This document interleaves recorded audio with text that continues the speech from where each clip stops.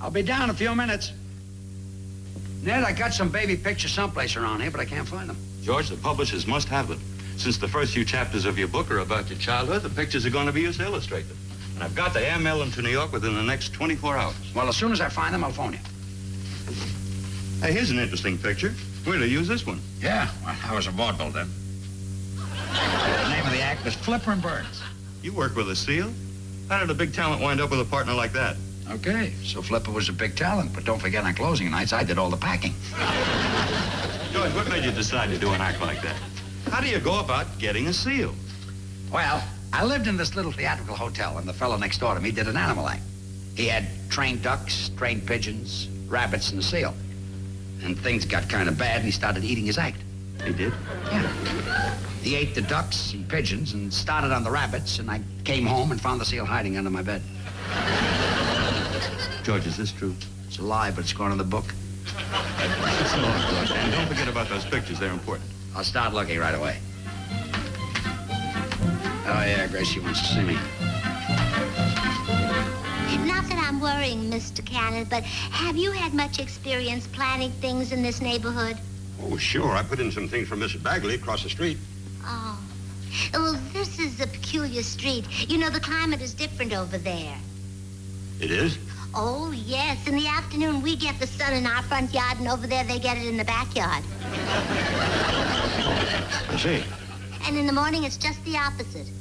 Well, don't worry, Mrs. Burns. This is the best place for the roses. Hello. Hello. What do I owe you? $9, including tax. That's 10. That's funny. Cashed a check yesterday for $25. I spent 5. Just gave him 10. I should have 10 left. And all I got is 5. Wonder what happened to it. I don't know. How do you like the rose bushes? Fine. Maybe I spent the other 5. Maybe I dropped it in the den upstairs. Thank you, and goodbye, Mr. Burns. Well, George. Yeah? Aren't you going to say goodbye? Goodbye, sweetheart. He called you sweetheart. Oh, that $5 has really got him upset. Maybe I better go in the house and look around for it. Yeah, you know, things like that can do it. A friend of mine mislaid a $5 bill once. Didn't know whether he lost it, spent it, or what. He couldn't get it off his mind. He stopped in the middle of the street to think about it. A man on a motorcycle honked at him. Next thing he knew, he was down an open manhole. Well, maybe the man on the motorcycle had something on his mind, too. Or he wouldn't have driven his motorcycle down an open manhole. I guess he did. Hope I find my baby pictures before the show is over. I'd like to show them to you. There's one you'll get a kick out of. I'm stretched out on a bearskin rug smoking a cigar. Not true. It was a rabbit skin rug. We were very poor. Looking for those pictures, I sure found some useful stuff that I've saved through the years. Like a menu from an Italian restaurant at the St. Louis Exposition. 33 keys and no locks. Mother of pearl banjo pick. And they'll all come in handy if I ever run into an Italian who can't unlock his banjo. And I kept a penny for sentimental reasons. It was the first penny I ever got when I started singing on street corners when I was a kid. I didn't keep it because it was the first penny I ever earned. I kept it because it was given to me by the Indian whose picture's on it. Well, didn't exactly give it to me. Heard me sing and hit me with it. One of my best numbers, too, in the heart of a cherry. Well, anyway, everybody saves useless things. Look at this couple we know back east. They lived in a big house in Long Island. Lived there for 30 years. Finally sold it. When they moved, they went down to the basement, and they couldn't get over all the junk they accumulated. Not only that, they found out that their son hadn't run away from home in 1940 after all. And then I knew one fellow who couldn't throw away a piece of wrapping paper. Had a basement full of wrapping paper. Saved it for years. His wife tried to stop him. He said sometime it might come in handy for Christmas presents. He was right. Last Christmas, he gave each of his friends 15 pounds of wrapping paper. You know, women are sentimental about the stuff they keep, too. Look at the Bagleys across the street. They've been married for 20 years. And Joe told me that his wife, Clara, kept the first flower he ever gave her pressed in a book. Just found out about it last week. Fell out of the book when she hit him over the head with it. Gracie's sentimental, too. She's got the first piece of chocolate candy I ever gave her. Like to show it to you, but I can't get the book open. Well, better get to looking for those pictures again. Oh, you're still worrying about the fella that's down in the basement since 1940. Without doors and windows, you're wondering how he got in the air. Had a hole in the shoe.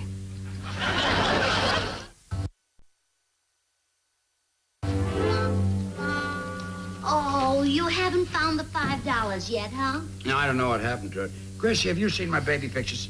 No, but they must be around here somewhere. Why? I need them. Oh. Well, maybe you ought to look for them instead of the $5. Yeah, that's good. Oh, sure. You can't worry about little things. First thing you know, you'll lose your mind, and that's certainly not worth $5. You know, worrying about little things can get you in a lot of trouble. Look at that friend of Mr. Cannon's. How would you like it if you stopped in the middle of the street to think about $5 and a man on a motorcycle honked at you, and the next thing you know, you're down an open manhole? You. Nobody else here, and I hope you don't think I'm talking to myself. What am I doing down an open manhole? Well, I don't know. I don't even know what the man on the motorcycle was doing down there. Man on a motorcycle? He honked at Mr. Cannon's friend. You know, the one you call sweetheart? Oh, George, I don't like to see you upset. So, before I go, promise me you'll forget what we were talking about. Well, that should be easy. What were we talking about? Oh, that's good, dear. You've forgotten already. I don't know who the man on the motorcycle is, but if I called him sweetheart, maybe he's got my baby pictures. Harry, Gracie told me that George is going crazy looking for $5 he lost. With all his money, you wouldn't think he'd worry about that. To him, it's just like a drop in the bucket. That is the attitude of an extravagant person, Blanche. It is your habit to turn the bucket upside down and drain it. Oh, so now I'm extravagant. Now, in the past, and I fear in the future. Well, I like that. I'm sure you do. But it sickens me. It sickens me. It sickens me. Ooh, I wish I was a man. I'd knock some of that pompousness out of you. It's too bad you're not a man. We might have been good friends. Say, that's funny. Oh, hi, honey. Did George find his $5 yet? Oh, no. And, Harry, will you please go over and talk to him? He's got me worried. You know, his den looks like it was hit by a cyclone. Well, look, if it's that bad, we can make believe we found the $5 and give it to him. Oh, no, Blanche. That won't be necessary. I will give George a friendly lecture on financial carelessness. It may prove decidedly beneficial. And not only that, it might do some good. Might do that, too.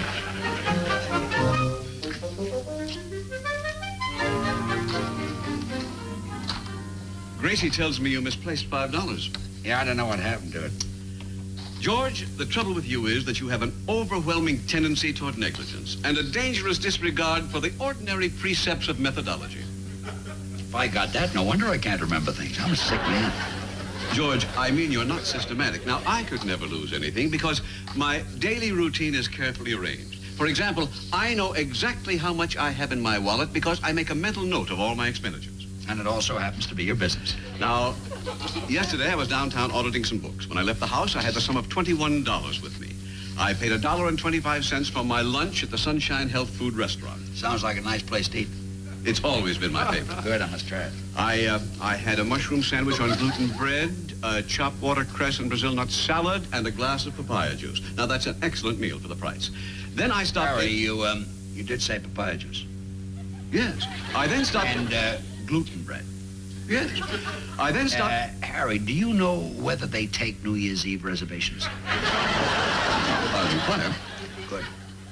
I then stopped into the bookshop where I paid $3.75 for a book I have long wished to read.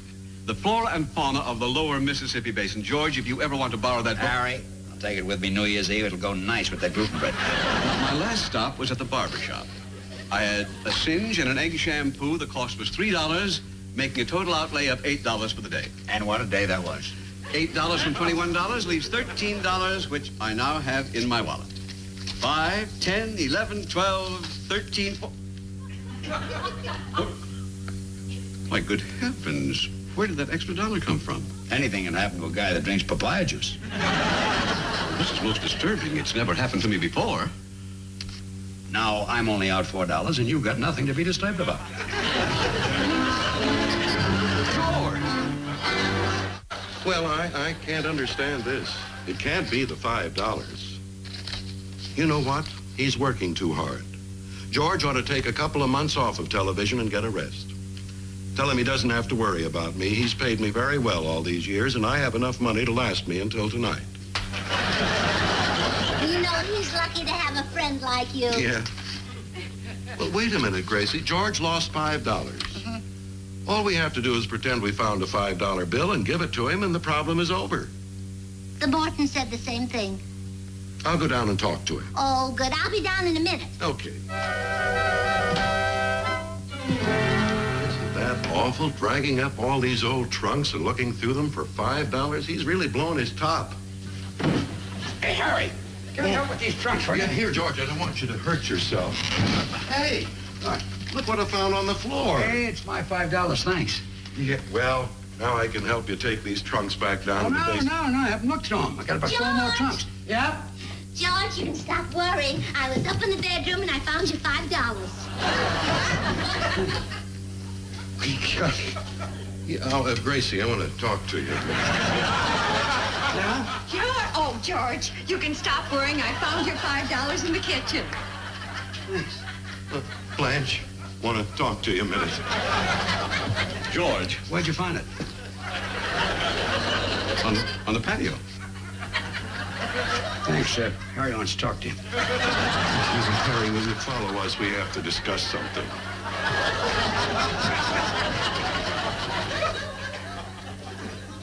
See how careless I am?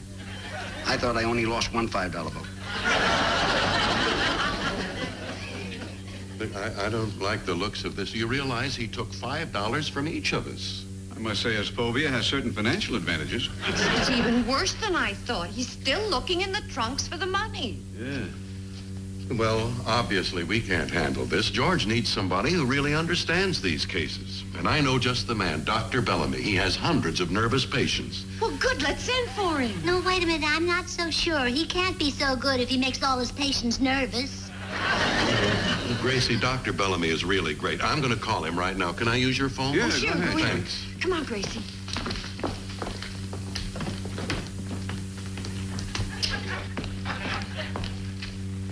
Don't tell them what's going on, and if I... Have we given you a clear picture of the Burns case, Dr. Bellamy? Yes, an obvious example of the money neurosis. Yeah, well, I can't afford for him to have that. Well, what do you advise, Doc? Well, Harry, I'd rather speak directly to Mrs. Burns. Is she here?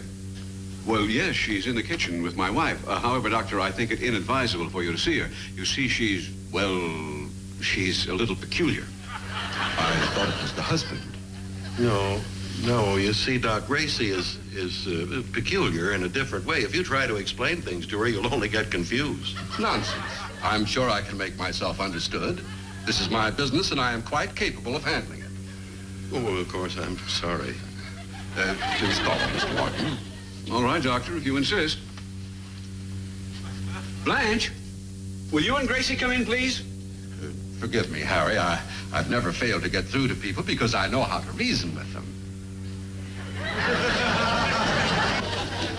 Dr. Bellamy, this is my wife. How do you do? And this is Mrs. Burns. Mrs. How do Burns? you do? Please sit down. Here, by me. Mrs. Burns, these gentlemen have told me about your husband, and I'm sure the problem of the $5 would leave his mind if he had something more important to worry about. Do you understand that? Of course. You mean if he had a bigger worry, he'd forget the little worry. Exactly. Now, this method seldom fails. As an example, I once had a patient who was losing his hair and thought he would soon have none left on his head. It was a small thing, but it worried him. How ridiculous. Of course. Why should he worry about that? Plenty of men have small heads.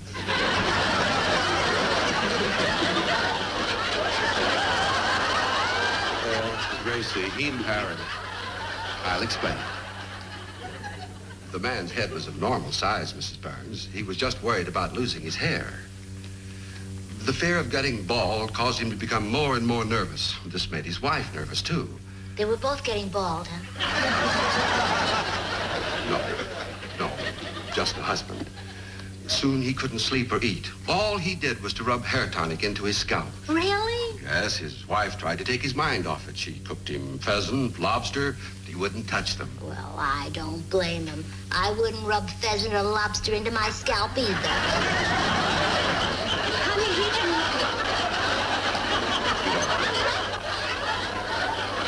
I mean, he didn't eat them. He became worse and worse until his wife finally decided that he needed a shock to bring him back to his senses. What did she do? She consulted her lawyer. Then the lawyer went to her husband and said that she was planning to divorce him. Oh, that must have been a shock. Yes, it was. He probably didn't know his wife was married to the lawyer. She sent the lawyer to tell her husband that she was planning to divorce him. She wasn't married to him. Oh? Well, if she wasn't married to him, how could she divorce him? They were married. Who was? The lawyer and the wife. I mean, the lawyer and the husband. I mean, the wife and the husband. Look, Doc, I told you were going to get confused. I am not confused. Then if I were you, I'd use a spoon.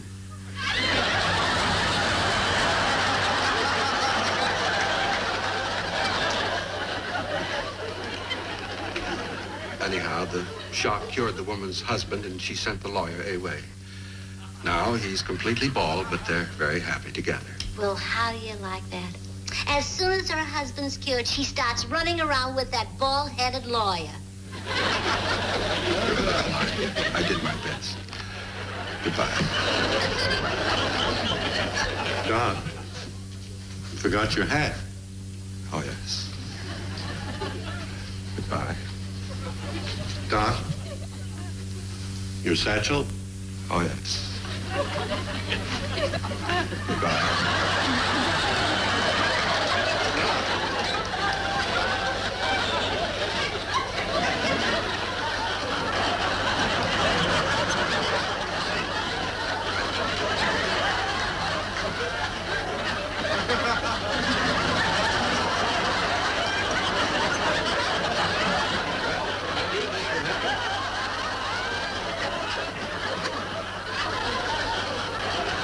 Right down the street, Dr. Bellamy. But that was good advice. Sure. You see, Gracie, what my friend Dr. Bellamy was trying to tell you is that you should give George a bigger problem to worry about, then he'll stop worrying about the $5. Yeah, and we'll drop in and see if it works. George, here's your coffee. No, I can certainly use that. Now, George, I don't like to bother you at a time like this, but would you do me a favor? Sure. Well, you know the 2 steaks I ordered at the market for dinner? Yeah. Well, will you call them and tell them to send only one? I'm divorcing you. I guess our divorce is such a shock to you, you don't know what to say, huh? What can I say? Well, you could ask me why I'm divorcing you. Too shocked? What? Well, not shocked enough to stop looking for the $5. But our divorce could ruin our happiness. Might even ruin our marriage. Yeah, that too. So your plans are all set? Are you going to Reno? No. I thought of getting a divorce first and then go to Reno. Yes. Yeah, well, that's... got a lawyer? No, but I know the kind I want. He should be bald-headed so he doesn't have to rub pheasant in his hair. Yeah, well, those are the best kind, yeah. So your plans are all made up, eh? You've made up plans. Yoo-hoo, where is everybody? Oh, in here, Blanche. Now, you talk to the boys, and Blanche, come on, help me make some more coffee. Coffee? Yeah, it's not working. Come on. Glad you're all here. I just got some shocking news. Oh, no. George, I can hardly believe that. You don't even know what it is yet. What's the matter with you? Yeah. No, any bad news upsets me. Well, anyway, Gracie's going to divorce me. Oh, no! Oh, yes, it's true. Oh. Well, what caused it? Well, it's too late to pretend, Blanche. As long as she wants a divorce, I guess she found out about us. Me. I didn't think he was that crazy. George, how could you do that? And Blanche, you've been my best friend for years. George was only joking. Well, it might be a joke to him, but not for you. You must be desperate. With all the men in the world, you wind up with George and Harry? Look, Gracie, I was outside the Morton door, and I heard this plot being hatched to shock me. Oh, hello, George. Oh, hello, Ned. You know Gracie and Harry Bunzel? Hi, Ned. Hello. And this is Blanche, George's sweetheart, and her husband, Harry. Little inside joke. These are the Mortons, our next door neighbor. Oh, hello. Say, George, I got your phone call, and I'm so glad you found those baby pictures. And what a job I had. I looked in all the trunks, the attic, the cellar, every place. Here they are. So that's what he was looking for. Well, Oh, these will be fine, George. Well, I'd better be going. Nice to have seen you all. Goodbye, Ned. My pleasure. Oh, George, I almost forgot. It's that $5 you loaned me this morning for cab fare. So that's where that $5 bill went. Goodbye, everybody. Thanks. Goodbye, Ned. Well, I hope you people have learned your lesson. Look, as long as you're well again, George, we'd like our money back. Line up, everybody. Let's see. There's your 5. There's your 5. Thank you. Your 5. Thank you, George. Your 5. Thanks. Your 5.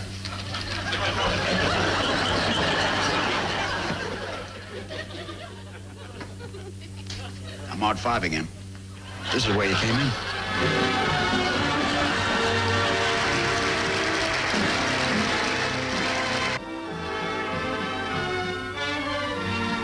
Appearing in tonight's show were Frank Wilcox as Dr. Bellamy, Ross Elliott as Ned Brown, and Sid Saylor as Mr. Cannon.